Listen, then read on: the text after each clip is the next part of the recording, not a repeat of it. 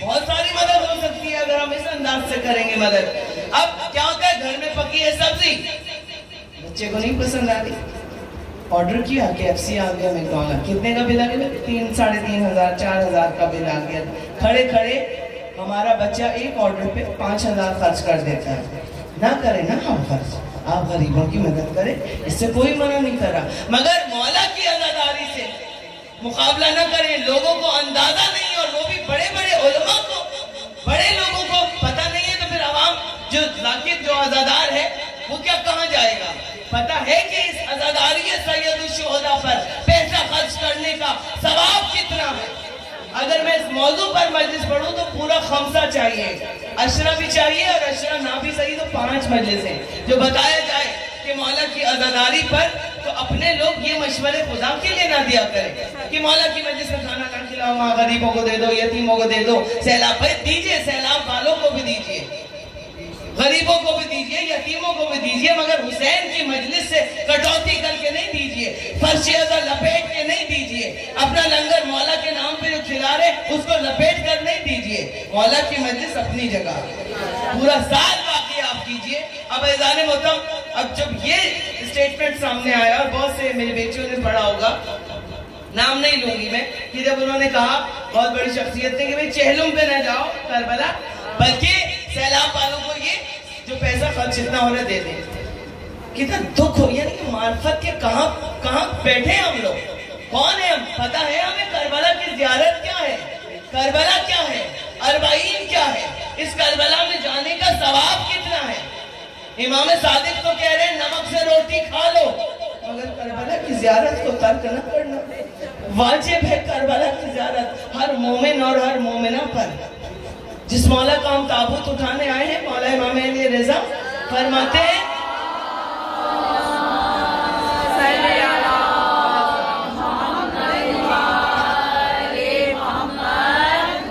مولا فرماتے ہیں کہ جس نے شکل فرات پر میرے جد حسین ابن علی کی زیارت کی, یعنی کہ جس نے کربلا جا کے میرے جد کی زیارت کی, سمجھ لو اس نے عرش پر خدا کی زیارت کی.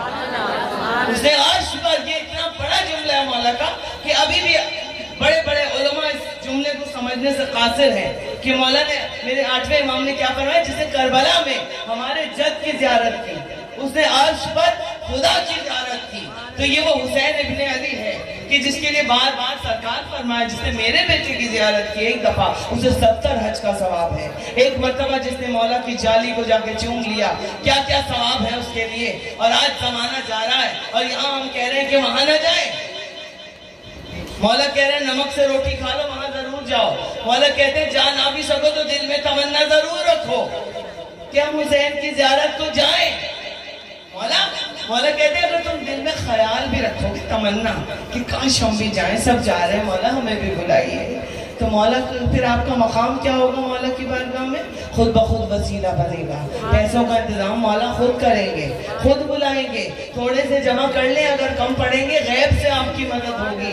مولا آپ کو کربلا بلائیں گے. یہ سفر عشق کا سفر, روحانیت کا سفر, یہ وہ سفر کہ سفر کو کرنے کے لیے مولا کے چاہنے والی. یہ میرا میسج ہے, میں امام علی رضا پہ آؤں گی, اپنے مولا کا ذکر کروں گی, لیکن یہ پیغام کہ کون سا سفر ہے, یہ کون سے دربار ہے, یہ کس کا تابوت ہے. یہ اس فاطمہ زہرا کے بیٹے کا تابوت ہے کہ جب سارے دروازے بند ہو جاتے ہیں تو ہم اپنے مریضوں کو یا ہم اپنی مصیبتوں کو لے جاتے ہیں امام علی رضا کے روزے میں. مولا سب دروازے بند ہو گئے, بس اب آپ کا دروازہ کھلا ہے, اب آپ ہماری مراد پوری کیجئے مولا. اگر بیمار ہیں بچے, ڈاکٹروں نے جواب دے دیا, ہم لے گئے مولا کے باب شفا سے باندھ دیا امام علی رضا. ہماری اور صرف فاطمہ زہرا کا ایک بیٹا مدد نہیں کرتا ہے. اگر کربلا جا کے باب الحوائج مولا عباس کے روزے پہ باندھ دو تو میرا غازی دعاؤں کو قبول کرنے کے لیے بیٹھا ہوا ہے. جبھی جو شاعر نے کہا کہ مانگنے والوں کے دل کو یہ یقین ہے عباس, نہیں کرنا تیرا دستور نہیں ہے عباس. مولا کبھی کسی کو انکار نہیں کرتے, نہیں کرنا تیرا دستور نہیں ہے عباس. تو یہ تو وہ ہستیاں ہیں عزاداروں, ہمیں ان کے در سے جانے کو منع کر رہے کہ ہمارے پیسے خرچ ہوں گے, ہم یہاں نہ جائیں. یہ کون سی بات ہے؟ اگر کمایا ساری عمر کمایا، کپڑے پہنے، اچھا کھایا، اچھی زندگی گزاری، کربلا ہی نہیں گئے اور مر گئے تو کیا فائدہ اس زندگی کا؟ موت سے بدتر ہے وہ زندگی کہ اپنی زندگی میں آپ نہ کربلا جا سکے اور نہ کبھی دل میں خواہش رکھی اس بات۔ مولا کہتے خواہش تو کرو کربلا جانے کی، میں بلاؤں گا تمہیں۔ اربعین پہ جا رہے ہیں سوار، امام حسین باہیں پھیلائے، پہلے تو مولا کہتے ہیں عباس، علی اکبر، بیٹا میرے زائر نے نیت کر لی، اس نے سامان باندھ لیا کربلا آنے کا، بیٹا اپنی حفاظت میں میرے بھائی عباس انہیں لے کے آؤ، میرے ظاہروں کو انہیں کوئی پریشانی نہ ہو۔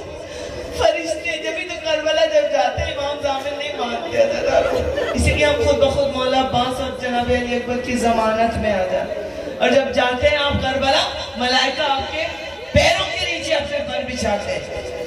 جب آپ کربلا میں قدم رکھتے ہیں زانے محترم، مولا حسین باہیں پھیلائے کھڑے ہوتے ہیں، آ جاؤ میرے ظاہروں، تمہارے نام میرے دل پہ لکھے ہیں، میں اپنے عباس کے کٹے ہوئے بازوؤں کی قسم کھا کے کہتا ہوں کہ میں تمہارا آنا بھی قبول کروں گا، ہر دعا بھی۔ تم آؤ تو صحیح، تم دل میں خیال تو لاؤ۔ تو یہ ہے حسین کی محبت، اور ایسا ہو نہیں سکتا کہ حسین مولا کے حرم میں جا کے آپ کوئی دعا مانگے اور آپ کی دعا کوئی رد ہو جائے۔ اللہ فرماتا ہے تین دعائیں ایسی ہیں، تین دعائیں جو میرے حرم میں اور حسین کے حرم میں قبول ہوں گی، تمہاری ڈائریکٹ، یعنی کہ باقی جتنے بھی حرم میں چاہے آپ نجف چلے جائیں، خراسان، سامرا، جہاں بھی جائیں، ہر حرم میں ایک ایک دعا کی قبولیت کی ضمانت ہے۔ فقط دو حرم، خانہ کعبہ اور ایک امام حسین علیہ السلام کے قبے کے نیچے، فرمایا کہ یہ دو حرم وہ ہیں جہاں تین دعائیں تمہاری قبول ہوں گی، تم کبھی خالی ہاتھ نہیں لوٹو گے۔ ایسے ایسے لوگوں نے محبت کی، مولا نے ایسے ایسے مولا نے محبتوں کا جواب دیا کہ غریب شخص تھا عزادار، کبھی بھی کسی کی باتوں میں نہیں آنا۔ اگر کوئی کہے یہ جمع جو کیا ہے یہ کسی کو ایسے ڈونیٹ کرنا ہی کر دیں گے، پورا سال کچھ نہیں کھائیں گے، اس کو بھی ڈونیٹ کریں گے، یہ مولا کی زیارت کے لیے یہ وہیں جائیں گے۔ عزاداروں، غریب آدمی تھا، امام بارگاہ اور مسجد تھی بنی ہوئی، وہاں جوتیاں سیدھی کر کر کے عزاداروں کی رکھتا تھا، غریب بہت تھا، قافلے جاتے تھے، سب سے کہتا تھا بھائی دعا کرنا میں بھی کبھی کربلا جاؤں اور مولا حسین کو میرا سلام ضرور بھیجنا۔ ایک مرتبہ 40 لوگوں کا قافلہ گیا عزاداروں، اس نے کہا مولا سے کہنا کہ میں اب بوڑھا ہو گیا ہوں، اپنی زندگی میں ایک دفعہ میں کربلا کی زیارت ضرور کرنا چاہتا ہوں، میں مرنا نہیں چاہتا اس زیارت سے پہلے، اور امام حسین علیہ السلام کو میرا سلام بھیجنا، مولا ہمیں بھی کبھی بلا لے۔ وہ 40 کے 40 زائرین جب کربلا آئے، مہمان خانے میں ٹھہرے عزادار، یہاں معصومین کی حاضری ہے اس فرش عزا پر، اس لیے کہ آپ رو رہے ہیں، آپ گریہ کر رہے ہیں فضائل کی منزلوں میں، جہاں پر ایسا گریہ ہو وہاں اندازہ کر لیا کرو، معصومین تو ہر فرش پہ آتے ہیں، کہیں کہیں بیوی پتہ دیتی ہے کہ دیکھو میں تمہارے برابر میں اتنے قریب پہنچ، تم محسوس کرو میرے آنے کو، دیکھو بی بی فاطمہ سمر تم کس بہن کے برابر میں بیٹھی ہوں، میری بی بی زینب کس بہن کے برابر میں، آج تو اجڑی ہوئی بہنیں بیٹھی ہیں نا، ایک بہن کا بھائی مولا رضا، ایک بہن کا بھائی عباس، حسین، ایسی ایسی بہنیں ام کلثوم۔ عزاداروں تو یہی حق ہے مجلس کا۔ سو گئے وہ 40 لوگ مہمان خانے میں، مسافر خانے میں، اب جو سوئے خواب میں امام حسین 40 لوگوں کے خواب میں آئے، اور مولا نے فرمایا کہ وہ جو ہمارا چاہنے والا وہ مسجد میں وہ غریب ہے نا، وہ جو ہمارے امام بارگاہ جوتے سیدھے کر کے رکھا، اس کو کہنا کہ تمہیں تمہارے مولا حسین نے سلام بھیجا اور تمہاری ساری محبتوں کو حسین اپنے دل سے لگائے بیٹھے، ہمیں تم سے جتنی اس سے مجھ سے محبت ہے اتنی مجھے اس سے محبت ہے، تو آ یا نہ آ مگر تیرا آنا کربلا میں نے قبول کر لیا۔ نیت رکھو، صرف نیت، لگن، شوق، پیار۔ پھر دیکھیں آپ عزادار آ رہے ہیں، اب 40 لوگ جب ایک دم اٹھ کے کھڑے ہوئے، ایک دوسرے سے کہیں میں نے یہ خواب دیکھا، اس نے کہا میں نے بھی دیکھا، سب نے کہا ہم نے دیکھا، مولا حسین آئے تھے، مولا نے اسے سلام بھیجا ہے۔ تو یہ ہے حسین کی محبت، تو ان محبتوں کو سمجھنا ہوگا۔ عزاداران امام، اپنا دل و جان، ہمارا وجود بھی ریزہ ریزہ ہو کر حسین پر سے واری صدقے قربان ہو جائے، تب بھی ہم حق ادا نہیں کر سکتے. اس پیسے کی حیثیت کیا جو ہم حسین کی عزاداری پہ لگا دیں. بیوی کسی کا ادھار نہیں رکھتی, بیوی 10 گنا کر کے واپس پلٹاتی. تم نے 1 روپیہ خرچ کیا, میں غیب سے ایسی مدد کروں گی کہ تمہیں میں کسی کا مخروض نہیں ہونے دوں. تو یہ محبتوں کے عالم. عزاداران امام, ایک مرتبہ آج سکے بٹے ہیں میرے مولا رضا کے, آپ سب کو امام کے سکے ملے ہوں گے. عزاداروں, یہ کون سے سکے ہیں؟ یہ وہ سکے ہیں جو غدیر کے موقع پر وہاں سے آئے اور وہاں پر یہ نئے سکے بنائے گئے علی ولی اللہ کے اقرار کے ساتھ, ولایت علی کے اقرار کے ساتھ, اور آج آپ سب کو بانٹے جا رہے ہیں. یہ برکت کے سکے ہیں. انہیں آپ اپنے جہاں آپ اپنا پیسہ رکھتے ہیں, جمع کرتے ہیں, وہاں ضرور ڈالیں, چون کے رکھیں. آپ دیکھیں آپ کے رزق و روزی میں کیسی برکت ہوتی ہے. انہیں اپنی آنکھوں سے لگا کر رکھیں. مولا کے حرم سے یہ آئے ہیں اور اتنا خوبصورت اور قیمتی تبرک آج تمام آنے والوں کو دیا جا رہا ہے. دروازے پر ہماری مائیں بہنیں کھڑی ہوئی ہیں, دیا جا رہا ہے. یہ کیا سکہ ہے؟ یہ کیا ہے امام ضامن؟ کیا ہے سکہ؟ کیا ہے سکے کی تھوڑی سی میں آپ کو تاریخ بتاتی چلوں. یہ جو آج سکہ بٹا ہے ظالم محترم, کہ سب سے پہلے جو سکہ بنایا اور سکہ بنانے کا مشورہ دیا وہ کس نے دیا؟ 5ویں امام محمد باقر علیہ السلام.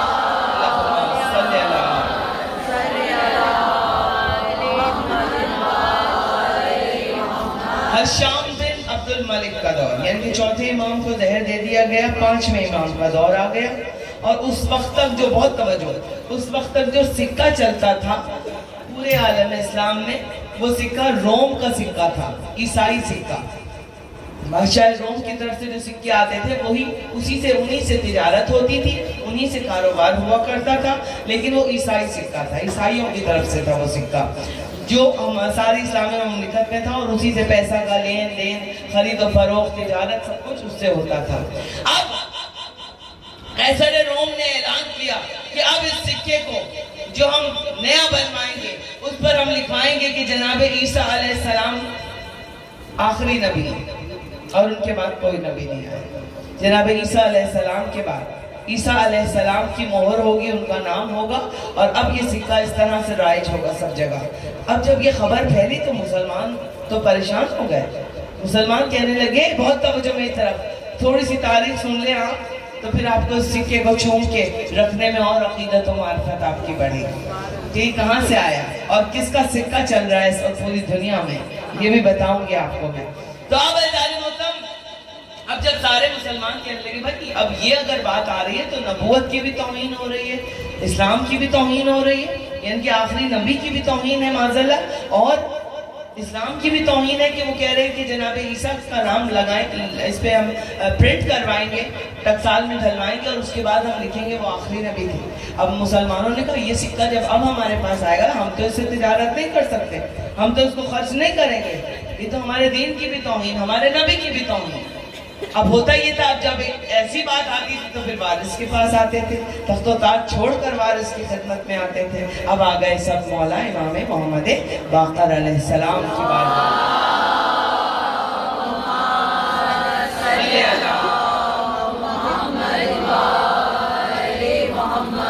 مولا کی بارگاہ میں آ کر کہا مولا آپ کیا کریں. قیصر روم نے تو یہ حکم دے دیا, اور اسلام کے سکے اب جب بازار میں آئیں گے مسلمان تو نہیں اس کو خرچ کریں گے.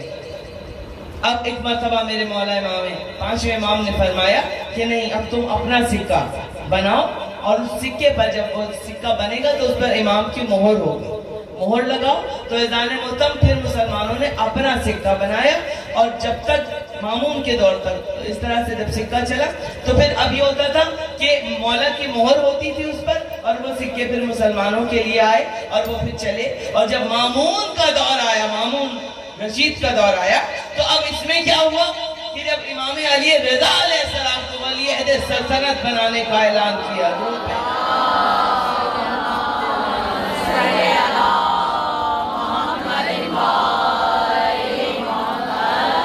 جب میرے مولا رضا کو اعلان ہوا کہ ولی عہد سلطنت امام علی رضا علیہ السلام ہیں, بادشاہ خراسان, ضامنان یتیمان,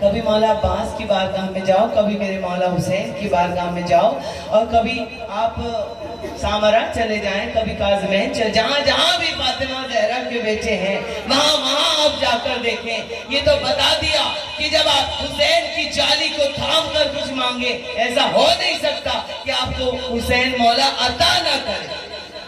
کون حسین؟ وہ حسین کہ جس کے لبوں کی جنبش پر لوہے محفوظ کی تحریریں بدل جایا کرتی ہیں۔ وہ حسین مولا میرا کہ اگر راہب نے کہہ دیا کہ سرکار بیٹے چاہیے، اولاد چاہیے، سرکار نے لوح محفوظ کا مطالعہ کیا، کہا راہب قسمت میں نہیں ہے، تیری تقدیر میں اولاد نہیں ہے۔ رسول جانتے تھے ابھی میرا حسین اسے عطا کرے گا۔ میں کہوں یا رسول اللہ، آپ تو جانتے تھے، آپ تو نبی ہیں، دانائے سبل ہیں، مولائے کل ہیں، ختم الرسول، یاسین، طہا، آپ مزمل، آپ مدثر، آپ قدیر، آپ بشیر، آپ تو حسن اول ہیں، آپ تو عشق اول ہیں، آپ تو خلق اول ہیں، آپ تو عدد اول، تعبیر اول، تنویر اول، تصویر اول، تقدیر اول، گنتی کے پہلے عدد، وجہ تخلیق کائنات آپ ہیں۔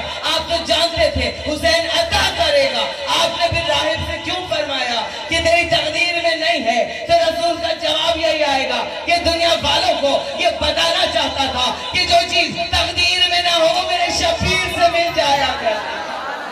جو چیز مل کے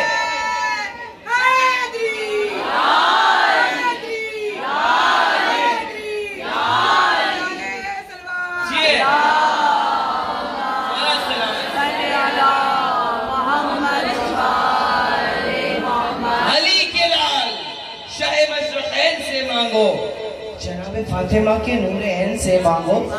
پتہ چلا ہے یہ راہب سے اور فطرت سے، خدا سے جو نہ ملے وہ حسین سے مانگو۔ خدا سے جو نہ ملے، رسول بتانا چاہتے تھے کہ جو چیز تقدیر میں نہ ہو وہ میرے شبیر سے مل جایا کرتی ہے۔ شبیر تقدیر کا مالک ہے، شبیر کے لبوں کی جنبش پر لوح محفوظ کی تحریریں بدل جایا کرتی ہیں۔ تو یہی وجہ ہے کہ ہم تقدیر آزمانے کے لیے شبیر کے در پہ جاتے ہیں۔ نہیں ہے تقدیر میں نہ صحیح، ہم اپنے مولا سے مانگیں گے اور وہ ہمیں طلب سے زیادہ عطا کر دیا کرتا ہے۔ ہم اس دروازے لبیک لبیک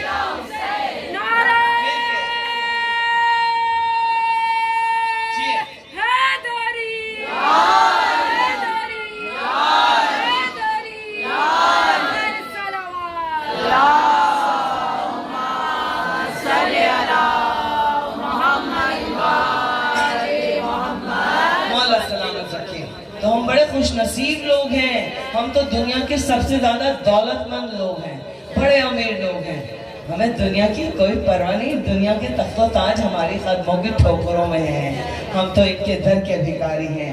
اور اب آپ دیکھیے یہاں پہ جو بھائی مجھے لینے آتے ہیں ان کے بیٹے کی کنڈیشن بہت سیریس تھی، اور وہ جب گاڑی میں مجھے لینے آتے تھے 2-3 سال سے، وہ مجھے کہتے تھے بہن میرے بیٹے کے لیے دعا ضرور کیجیے گا، اس کا آپریشن ہوا ماشاءاللہ 6 مہینے کا تھا جب سے اس کو تکلیف تھی، اور میں ہر سال اس کے لیے دعا بھی کراتی تھی۔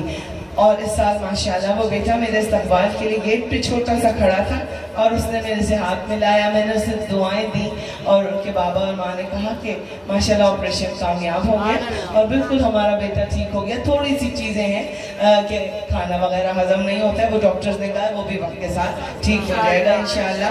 تو میں نے کہا بھائی میں نے تو مولا رضا علیہ السلام کے تابوت پہ دعائیں مانگی تھی، اس ممبر سے مانگی تھی، تو پھر ایسا کیسے ہو سکتا ہے کہ میری دعا قبول نہ ہو؟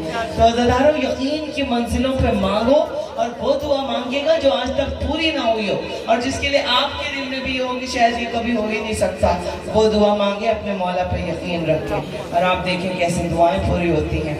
اور اسی حوالے سے ایک بہت اچھا سا واقعہ ہے، یہ واقعہ یوں سنا رہی ہوں مولا رضا علیہ السلام کا، تاکہ آپ کے یقین کی منزلوں میں اضافہ ہوتا چلا جائے۔ دعا کیا کرے مولا؟ جس کے ہم ماننے والے ان کی معرفت عطا کرے ہمیں۔ جب ان کی ہمارے ایک جاننے والے تھے، پتہ ہے وہ ضعیف سے انکل تھے بزرگ، وہ دعا مانگتے تھے، کوئی بھی مولا کے تابوت پہ انہوں نے دعا مانگی، یا درگاہ پہ بیٹھ کے علم پہ بیٹھ کے انہوں نے کچھ بھی دعا مانگی، جو بھی ہم نے کہی اب دعا مانگی گیا، مٹھائی کا ڈبہ ساتھ رکھتے تھے، مٹھائی ایک پاؤ لے آؤ، تھوڑی سی لے آؤ. دعا مانگی مولا مجھے یہ عطا کر دے، میرے بچوں کو یہ دے دے، بیٹا پوتا دے دے، پوتی دے دے، نواسا نواسی. اب کوئی بیمار ہے بچہ مانگ لی. مانگنے کے بعد وہ مٹھائی لے کے نظر، بھائی نظر کیوں کر رہے؟ کہیں گے بس پوری ہو گئی، مولا کے شکرانے کے لیے نظر کر رہا ہوں. تو ہم کہتے تھے ابھی پوری کہاں ہوئی، ابھی تو آپ نے مانگی ہے. تو کہا تمہیں شک ہے کہ پوری نہیں ہوگی؟ جس در پہ بیٹھ کے میں نے مانگی، کیا تم لوگوں کو یہ شک ہے کہ میری دعا پوری نہیں ہوگی؟ میں نے دعا بھی مانگ لی، مولا نے قبول بھی کر لی، اور اب میں مٹھائی پہ نظر دے کر ان کا شکریہ بھی ادا کر رہا ہوں. تو یہ ہوتی ہے معرفت کی منزلیں. یقین اور بے یقینی کی کیفیت میں مت رہا کریں، یقین کی منزلوں پر جایا کریں عزیزان امام. پھر آپ دیکھیے کہ آپ کہاں پہنچتے ہیں یقین کی منزلوں پر جب آپ جائیں گے. تو اب ایک شخص تھا، تاجر تھا، بہت بڑا. تاجروں کے پاس بہت ظاہر ہے تجارت کرتے ہیں، بہت دولت ہوتی ہے. تہران کا رہنے والا تھا عزیزانوں، بڑا مال و دولت، بڑا پیسہ تھا اس کے پاس. لیکن ایک وقت ایسا آیا، ایسا ہوتا ہے نا، حالات اوپر سے نیچے بھی آ جاتے ہیں. کسی نے غبن کر لیا، پیسہ کھا لیا آپ کا، بینک کرپٹ ہو گیا، دیوالیہ ہو گیا آپ کا. اس کے ساتھ بھی یہی ہوا، اس کا دیوالیہ ہو گیا، اور جتنی اس کی مال و دولت سب برباد ہو گئے، قرضوں میں جکڑ گیا. اتنے قرض اس کے اوپر آ گئے کہ گھر میں کھانے کو روٹی بھی کا بھی مشکل سے انتظام.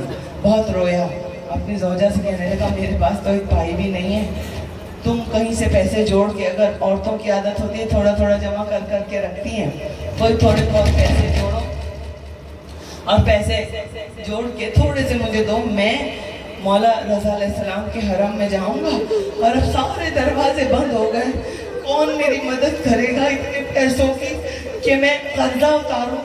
یعنی کہ 2000 10,000 اتنے کچھ ملینز کی اس کے اوپر قرضے چڑھ گئے تھے، اور اتنا ہی پیسہ اسے چاہیے تھا اپنا کاروبار دوبارہ نئے سرے سے شروع کرنے کے لیے. کون دے گا؟ سارے سب سے بات کر لی. کہتے ہیں نا ہنستے ہوئے کہ سب ساتھی ہوتے ہیں، روتے ہوئے کا ساتھی کوئی نہیں، برے وقت میں کوئی نہیں. سارے چہرے نقابیں ہٹ جاتی ہیں سب سے، سب چہروں سے برا وقت آتا ہے. اور جو برے وقت میں آپ کا ساتھ ہے اسے کبھی نہیں بھولنا، آپ اس کو ہمیشہ یاد رکھیے گا. تو اب مجبور ہوا، زوجہ نے پیسے دیے.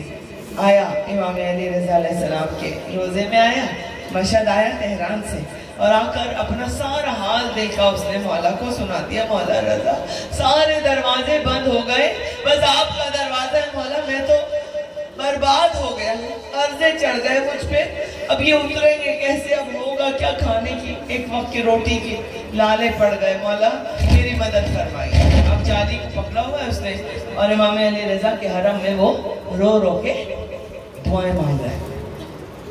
کہتے ہیں کچھ دیر گزری تھی رو رو کے کہ میرے دل میں ایک سکون اتر گیا.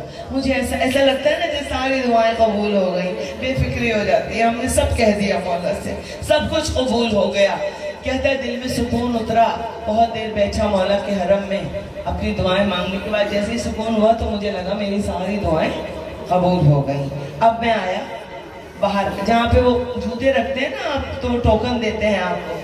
کہنے لگا اب مجھے اپنے نالین لینے تھے کہ میں ٹوکن ان کو دوں اور اپنے نالین لوں، اس کے بعد میں تھوڑا بہت کھانا کھاؤں گا. اتنے ہی پیسے تھے کہ واپسی کا سفر ہو جائے، گھر چلا جاؤں، اور جو ہے ایک وقت کا کھانا کھا لوں دوپہر. کہتے ہیں جو جیب میں ہاتھ ڈالا تو جیب کٹ چکی، مطلب جو ٹوکن نکالنے کے لیے جب اسے اپنی جیب میں ہاتھ ڈالا تو اس کی جیب بھی کٹ چکی تھی. اب تو اس کے پیروں سے زمین نکل گئی. ایک بار تھا مولا رضا کے حرم کی طرف دیکھا، مولا میں تو اپنا دل کا حال لے کے آیا تھا، میں تو دعائیں مانگنے آیا تھا، یہ کیا ہوا؟ اور عقیدہ اس کا مضبوط تھا. لیکن بعض دفعہ انسان کے اوپر ایسے امتحانات آتے ہیں کہ کہیں نہ کہیں اس کے قدم جو ہے وہ مولا سے شکوہ کرنے لگتا ہے، مولا ہمارے ساتھ ایسا کیوں کیا آپ نے؟ کہتے ہیں اب میرے وہ رہے سہے پیسے کہ ایک وقت کا کھانا کھا لیتا، واپسی کا سفر، جیب کٹ چکی تھی. اب زمین پر بالکل ایسا بیٹھا مولا کے حرم کے باہر جیسے بے جان لاش ہوتی ہے، اور مولا کو دیکھتا جاتا. دل میں کہنے کی کوئی جرت زبان سے نہیں تھی کہ میں یہ کہوں مولا رضا آپ نے تو جو رہا سہا مجھ پہ تھا وہ بھی چلا گیا، میں تو اپنی مشکلوں کے حل کے لیے آیا تھا. حرم میں گیا، ہاتھ جوڑ کر بس مولا کے روزے کو دیکھتا رہا، دعائیں مانگتا رہا، اپنی غربت کا رونا روتا رہا، اور کہا مولا یہ کیا ہوا؟ مطلب اس کی سمجھ میں کچھ نہیں آ رہا تھا کہ میں تو مولا سے اپنی فریاد لے کر آیا تھا، مگر جو رہا سہا پیسہ تھا وہ بھی جیب کٹ گئی میری. انسان ہی تھا نا،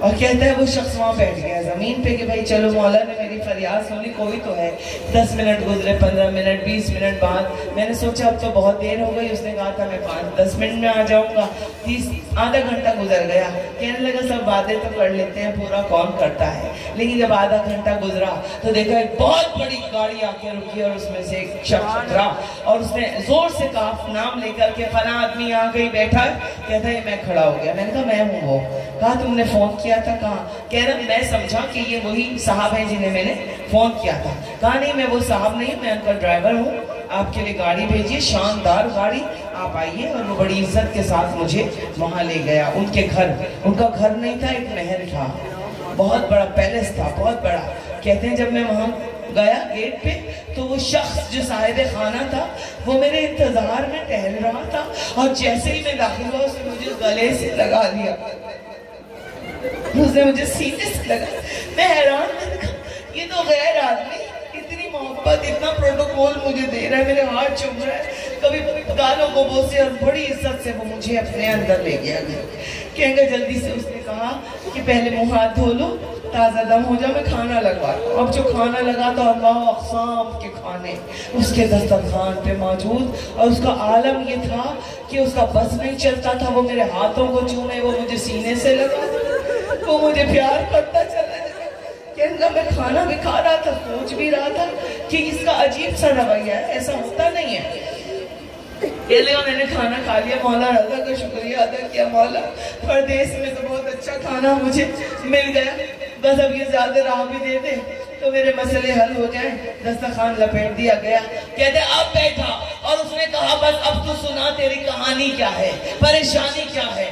کہنے لگا میں نے ساری پریشانیاں اس کو اپنی بتا دی کہ میں تو بہت امیر آدمی تھا, بڑی تجارت تھی میری, مگر ایسے حالات نے پلٹا کھایا, ایسے میں بھنور میں پھنسا کہ میرے اوپر لاکھوں کا قرضہ چڑھ گیا اور میں مقروض ہو گیا بینکوں کا اور لوگوں کا. اور اس وقت یہ عالم ہے کہ میرے پاس ایک وقت کی روٹی بھی نہیں. میں مولا رضا کے حرم میں آیا, سارے دروازے تو میرے بند ہو گئے تھے امیدوں کے. میں نے کہا اپنے مولا سے کہوں گا کہ مولا میری پریشانیاں دور کر کے غیب سے میری مدد, اور میں کہاں جا سکتا ہوں.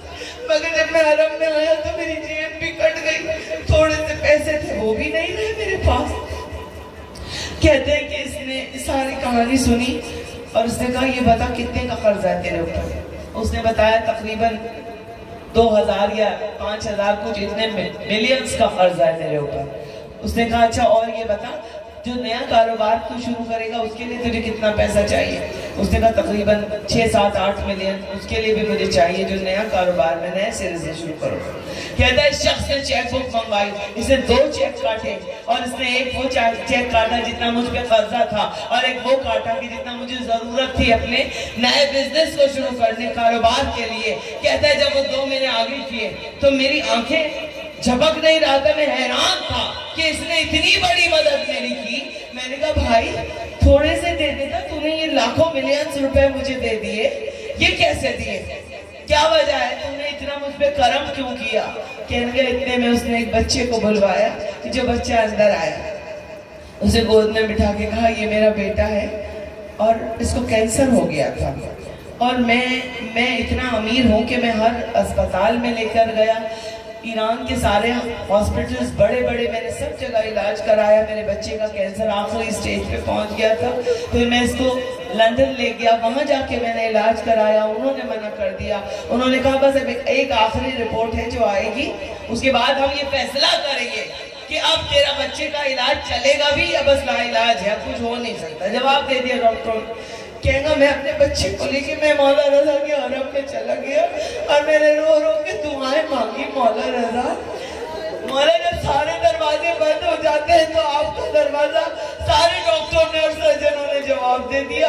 آپ تو سب سے بڑے سرجن, سب سے بڑے ڈاکٹر, سب کچھ آپ کے پاس ہے. مولا مجھے اپنے دربار سے خالی نہ لگا. کہتے ہیں میں اپنے بچے کو لے کے گر گرا کے رو رہا تھا, میں دعائیں مانگ رہا تھا کہ ایک مرتبہ مجھے ایسا محسوس ہوا کہ میری مولا نے سن لی, اور میں ساری رات وہاں گزار کے اپنے بچے کو لے کے گھر آیا. 2-3 دن بعد اس کو میں نے ٹیسٹ کروانا تھا, وہ آخری ٹیسٹ جو آنا تھا. جب اس کی رپورٹ آئی تو ڈاکٹرز نے کہا تو کلیئر ہے, بالکل صحیح ہے, اس کو تو کچھ ہے ہی نہیں. کہیں گے پھر اور ٹیسٹ ہوئے جو باقی تھے جس میں پوزیٹیو آیا تھا، وہ تمام ٹیسٹ جتنے بھی ہوئے سب کلیئر تھے اور ساری رپورٹس میرے بیٹے کی شاندار تھی. ڈاکٹر نے کہا اسے تو کینسر تھا مگر اب کچھ بھی نہیں ہے، بالکل صحیح رپورٹس ہیں. کہنے لگا کہ اس کے بعد اچھا میں نے منت کیا مانی تھی؟ اس شخص سے منت مانی تھی مولا میرے بچے کو ٹھیک کر دیں گے تو میں آپ کے ایک زائر کی خدمت کروں گا، جو بھی آپ کا زائر آئے گا مولا میں اسے طلب سے زیادہ عطا کروں گا. میرے پاس بہت پیسہ ہے مگر یہاں آ کے پیسہ ہار گیا مولا، آپ جیت گئے، آپ کے دربار میں آیا ہوں. کہیں گے جب میرا بیٹا ٹھیک ہو گیا تو خوشی کا عالم یہ تھا، اس خوشی میں وہ بھول گیا وہ منت پوری کرنا کہ میں کسی زائر کی مدد کروں گا مولا کے مولا رضا کے حرم میں جو بھی آئے گا. کہنے لگے بھائی کل رات مولا رضا میرے خواب میں آئے تھے اور میرے مولا رضا علیہ السلام نے مجھ سے کہا تیرے بیٹے کو ہم نے شفا دے دی، اب ہمارا ایک زائر تیرے پاس آئے گا، بہت پریشان ہے وہ، اب تو اس کی مدد کرنا، جو تیری منت تھی تو اسے پورا کرنا. کہا میرے مولا میرے خواب میں آ کے جب مولا نے مجھے یاد دلایا میں اٹھ کے بیٹھ گیا اور میں پورا وقت اب میں سوچ رہا تھا کہ اتنا بڑا مولا کا حرم، لاکھوں کروڑوں زائرین، میں تلاش کیسے کروں گا کہ میں کس کی مدد کروں، کون آئے گا مولا کی طرف سے میرے پاس. کہتا ہے اتنی دیر میں صبح ہوئی اور تیرا فون آیا اور میں نے فون اٹھایا اور تو نے کہا کہ میں مولا کے حرم سے بات کر رہا ہوں، مجھے مدد کی ضرورت ہے. بس میں سمجھ گیا مولا رضا نے مجھے تیرے لیے بھیجا. کہا میں نے تجھے بلوایا اور پھر میں نے اس انداز سے اپنی منت پوری کی. عزاداروں تو یہ وہ دروازے ہیں جن دروازوں پہ آپ مانگ کے تو دیکھو تمہیں طلب سے زیادہ عطا کر دیا کرتے ہیں. درود بھیجے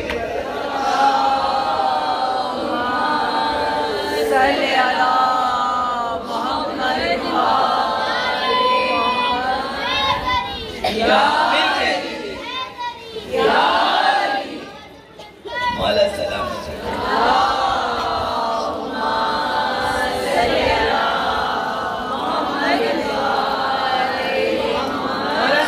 رکھے. تو اس انداز سے آپ مانگیے اپنے مولا سے، وہ طلب سے زیادہ آپ کو عطا کریں گے. یہ وہ تمام پریشانیاں اس شخص کی بھی دور ہوئی، اسے بیٹا مل گیا، اسے پیسہ مل گیا، اس کی بھی مراد پوری، اس کی بھی مراد پوری. تو یہ وہ باب ہیں، وہ دروازے ہیں زان محتم. کون؟ مولا رضا علیہ السلام، وہ آپ کے مولا کہ جنہیں مامون نے ولی عہد بنا کر بلایا تھا. ان کی تفصیل میں یوں نہیں جاؤں گی کہ پھر مجلس بہت لمبی ہو جائے گی، مگر 2-4 جملے اپنے امام کے حوالے سے مجھے پیش کرنے ہیں اور پھر میں مصائب سے مسلسل ہو جاؤں گی کہ یہ وہ مولا رضا، ان کا جو روزہ ہے ویسے تو کہتے ہیں غریب الغربا، لیکن اب مولا کے روزے کی شان جب جا کے دیکھیں تو مولا کہیں سے غریب لگتے ہیں. آپ کیا شاندار روزہ ہے، کیا سونے کی جالیاں، کیا عطر کی خوشبو، کیا ایرانی قالین، کیا خوب فانوس اور کیا جھالریں اور کیا انداز اور زائرین کا ہجوم اور مولا رضا کا دسترخوان اور کیا صحن اور کیا حرم. مطلب آپ کہاں جاتے ہیں جب ایران جاتے ہیں؟ پوری دنیا میں ایسی کوئی عمارت نہیں تعمیر ہوئی.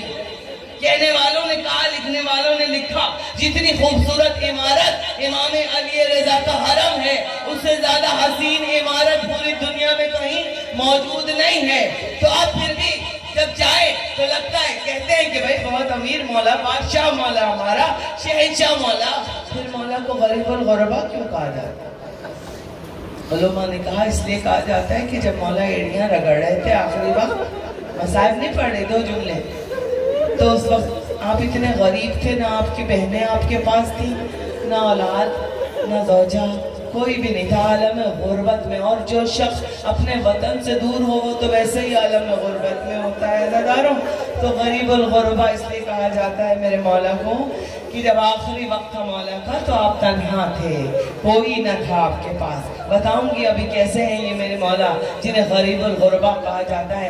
مگر جب مامون نے بلایا اور ولی عہد بنا کر بلایا امام علی رضا علیہ السلام کو، تو پھر مولا نے کہا، اچھا بچے مجھ سے پوچھتے ہیں، اکثر ذہن میں خیال آتا ہے کہ ہمارے اماموں کو تو تخت و تاج کی کوئی ضرورت ہی نہیں تھی، تو مولا نے پھر ولی عہدی کیوں قبول کی؟ مولا کیوں؟ ان کے تو قدموں کی ٹھوکروں میں ہے تخت و تاج. تو اس کا جواب یہی ہے کہ بالکل ضرورت نہیں تھی، لیکن بعض جگہ مصلحتاً قبول کرنا پڑتا ہے. بتانے کے لیے کہ جب ہم تخت و تاج پر بھی آ جائیں گے پھر بھی ہم اپنے جد کی سنت اور سیرت بتاتے چلیں گے. ہم شاہی رنگوں میں نہیں رنگیں گے, ہم بتائیں گے کہ ہم کس کے بیٹے ہیں. تو اور پھر اتنا مجبور کیا تھا مامون نے مولا کو کہ قتل تک کے لیے دھمکیاں دے دی تھی کہ اگر آپ نے مدینہ نہیں چھوڑا, ایران نہیں آئے تو قتل کروا دیا جائے گا. وہ ایک الگ ہسٹری ہے پوری. بہرحال آپ کے مولا نے کہا ٹھیک ہے مجھے بلا رہے ہو تو میں اپنے جد کے اقوال لکھواتا ہوا آؤں گا, اپنے معجزات دکھاتا ہوا آؤں گا. اور پھر مولا چلے, اور پھر جب بیٹا چلا محمد مصطفیٰ کا تو کس انداز سے چلا ذرا یہ آپ سب جانتے ہیں کہ جب مولا چلے تو معجزات و کمالات دکھاتے ہوئے گئے. مامون یہ سمجھا تھا کہ ایسے راستے سے مولا کو میں بلوا رہا ہوں کہ جو سناٹے والا علاقہ ہے, جہاں ہجوم نہیں ہوتا لوگوں کا. اس نے کہا کہ نیشاپور سے ہوتے ہوئے لے کر آنا, توس سے ہوتے ہوئے, یہ وہ علاقہ ہے جہاں زیادہ ہجوم نہیں ہوتا. اگر شہر سے لایا گیا مولا کو تو اتنا لوگوں کا ہجوم ہوگا کہ میری عزت کم ہو جائے گی, مولا کی عزت و توقیر بڑھ جائے گی. مگر مامون جانتا نہیں تھا چھپا ہے آفتاب کیا ہتھیلیوں کی اوٹ میں, آفتاب ہتھیلیوں کی اوٹ میں نہیں چھپتا. ایزان مقدم علی کا علی بیٹا چلا, اور جب چلا میرا مولا تو معجزات و کمالات دکھاتا ہوا چلا. جب مولا کی سواری نیشاپور پہنچی تو آپ سب جانتے ہیں کہ 35,000 کئی 25,000 لوگ علماء اور فقہاء صرف 35 سے 25,000 تھے. مجمع اس کے علاوہ تھا, اور جن کے ہاتھوں میں قلم و خطاز تھا, اور جو کہہ رہے تھے کہ مولا شمال امامت دکھا دیجئے, اماری کا پردہ ہٹا دیجئے, مولا کچھ لکھوا دیجئے. اور ایک مرتبہ غلاموں نے کالی اماری کے پردے جب ہٹائے محمل کے تو ایک دیکھا 14ویں رات کا چاند طلوع ہوا کالے پردوں کے پیچھے سے, کہ جس کے شانوں پر گمری علی زلفیں تھی رسول کی طرح, کہ جس کی اچھلوں اور غلافی آنکھیں تھیں, سیاہ دیلوں کے اطراف جو سفیدی, ایسا لگتا تھا جیسے شفاف پانی میں سچے موتی بھرے ہوئے ہو. ناک ایسی لگتا تھا ورق زرد پر گلاب کی کلی رکھی ہوئی ہو. دندان مبارک موتیوں کی مانند چمکتے ہوئے, چوڑا چہرہ, چوڑے شانے, خوبصورت انداز, پرنور پیشانی, حسین سراپا محمد مصطفیٰ کا بیٹا, کہ ایک مرتبہ لوگ دہاڑے مار مار کر رونے لگے مولا کے حسن کو دیکھ کر. تو یہ وہ مولا میرے اب جب چلے ہیں تو معجزے دکھاتے ہوئے چلے مولا. اور آپ سب جانتے ہیں اعلان محترم کہ جب مولا نماز کے نیشاپور جب آپ جاتے ہیں چشمہ ہے وہاں, پانی بھر کے لاتے ہیں وہاں سے. مولا وہاں پہ وضو کی ضرورت پڑی. جب وضو کی ضرورت پڑی وہاں پانی نہیں تھا. سب نے کہا پانی کا کیا ہوگا؟ علی کے علی بیٹے نے ٹھوکر ماری ہے زمین پر, پانی کا چشمہ پھوٹ گیا. کہا کہ اگر ہمارے جد ایڑیاں رگڑتے ہیں اسماعیل تو زمزم نکل آتا ہے تو فخر اسماعیل ہے, ہم ٹھوکر ماریں گے تو چشمہ جاری کر دیں گے.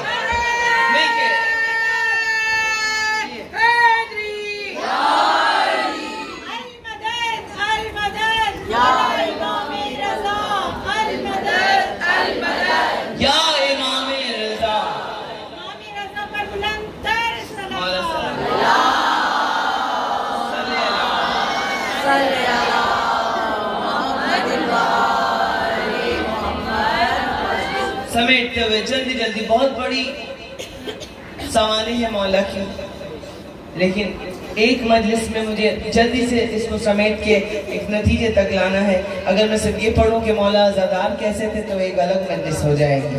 کس طرح انہوں نے عزاداری کو قائم کیا ایک الگ مجلس ہو جائے گی.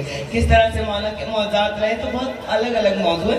تو اب میں سمجھے سمندر کو پوزے میں بند کر رہی ہوں. اب آپ کے مولا چلے, اذان مطلب ٹھوکر ماری, چشمہ پھوٹا, وضو کی, اور آج تک وہ معجزہ امامین رضا کا نیشاپور میں موجود ہے. اور زائرین جاتے ہیں پانی لے کر آتے ہیں, آج تک وہ چشمہ جاری ہے. آگے پہنچے اور آگے پہنچے, ایک گھر میں کے اندر قیام کیا, درخت سوکھا ہوا تھا. بس مولا نے درخت پہ ہاتھ رکھا اور ایک ہاتھ رکھ کر مولا کھڑے ہوئے. زمین پر بیٹھے تھے, درخت پر, سوکھے ہوئے درخت پر ہاتھ رکھ کے امام جب کھڑے ہوئے آپ کے تو وہ درخت ہرا بھرا ہو گیا, شاخیں ہرے بھرے پتے آ گئے, اور وہ شخص, وہ جو درخت ہے وہ ہرا بھرا ہو گیا. پھر مولا آگے چلے, کمہاروں نے گھیر لیا. مولا یہ چٹانوں والا علاقہ, یہ پتھریلا علاقہ ہے مولا, ہمارا تو کاروبار ہی مٹی پہ چلتا ہے, ہم تو مٹی کے برتن بناتے ہیں.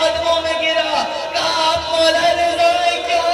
ارے مجھے معاف کر دے مولا، ارے مجھے نہیں پتا تھا کہ میں نے اپنے امام کو اتنی دیر یہاں بٹھا کے رکھا، ارے مولا آپ پہ سے قربان، میں نے ہرنی کو بھی آزاد کر دیا، اس کے بچوں کو بھی آزاد کر دیا، تو یہ آپ کا مولا عزاداروں، وہ مولا میرے کہ اپنے گھر میں جب مجلس کرایا کرتے تھے تو دیبل خزائی اور بہت سے شہراء کے ماتم کیا کرتے تھے۔ اب عزاداروں ایک سال محرم کا جب چاند نظر آیا، دیبل آیا، آ کر مولا نے کھڑے ہو گئے، مولا گلے لگا کے پرسہ دیا، مولا اپنے اجد کا پرسہ لے لے، اپنے عباس کے بازوؤں کا پرسہ، اپنے حسین کا پرسہ، اپنے کڑیل جوان علی اکبر کا پرسہ۔ میرے مولا نے دیبل سے کہا تو لکھ کر لایا ہے مرثیہ؟ کہا ہاں مولا لایا مرثیہ۔ کہا تو ممبر پہ بیٹھ جائے۔ ایک مرتبہ تھر تھر کانپنے لگا، مولا آپ نیچے بیٹھیں گے، میں ممبر پہ نہیں بیٹھوں گا۔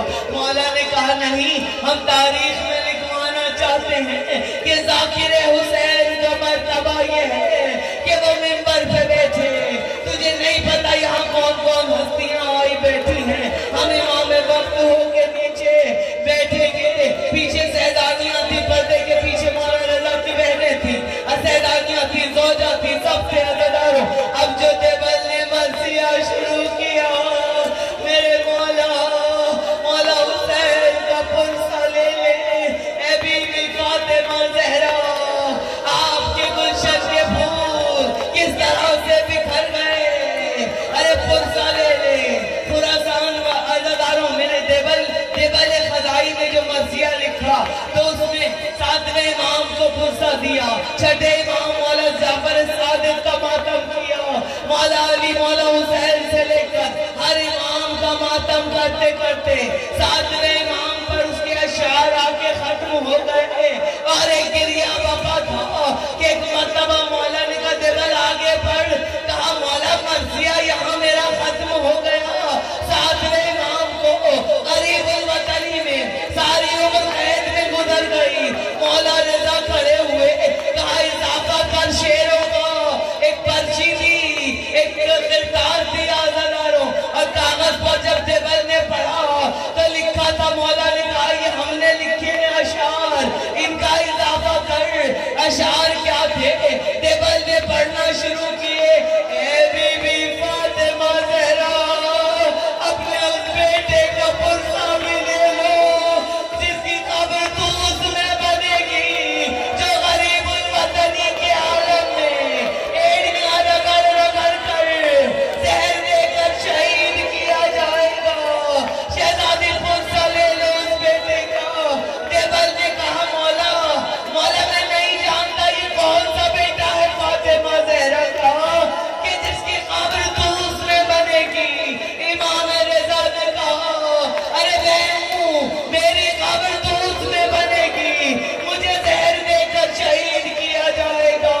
جب میں ایڑیاں رگڑوں گا تو نہ میری بہن ہوگی، نہ میرے بیٹے ہوں گے، نہ میرے گھر والے ہوں گے۔ ارے مولا رضا نے اپنا شعر اضافی لکھوایا، اور ماتم کا یہ عالم تھا کہ کنیز پردے کے پیچھے سے آئی،